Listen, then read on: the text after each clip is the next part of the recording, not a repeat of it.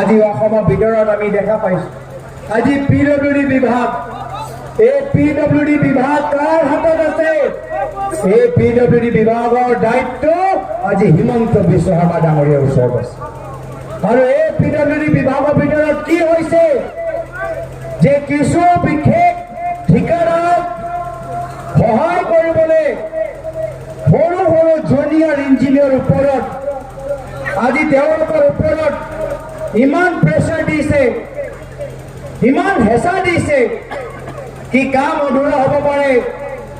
কাম নোহোৱা হ'ব পাৰে কিন্তু 100% বিলৰ পেমেণ্ট ঠিকাদাৰক দিবই লাগিব এয়া হৈছে বৰ্তমান PWD বিভাগৰ দায়িত্ব এয়া হৈছে হিমন্ত বিশ্ব শৰ্মা ডাঙৰীয়া কেলেংকাৰীৰ প্ৰতি শূন্য সহিষ্ণুতা আমাৰ জিৰ' টলাৰেঞ্চ আজি এনেকুৱা এটা পৰিস্থিতি আমি দেখা পাইছোঁ আৰু সেইকাৰণে আমি বিচাৰিছোঁ যে গোটেই PWD বিভাগৰ ওপৰত আমি এটা CBI ইনকুৱাৰী বিচাৰিছোঁ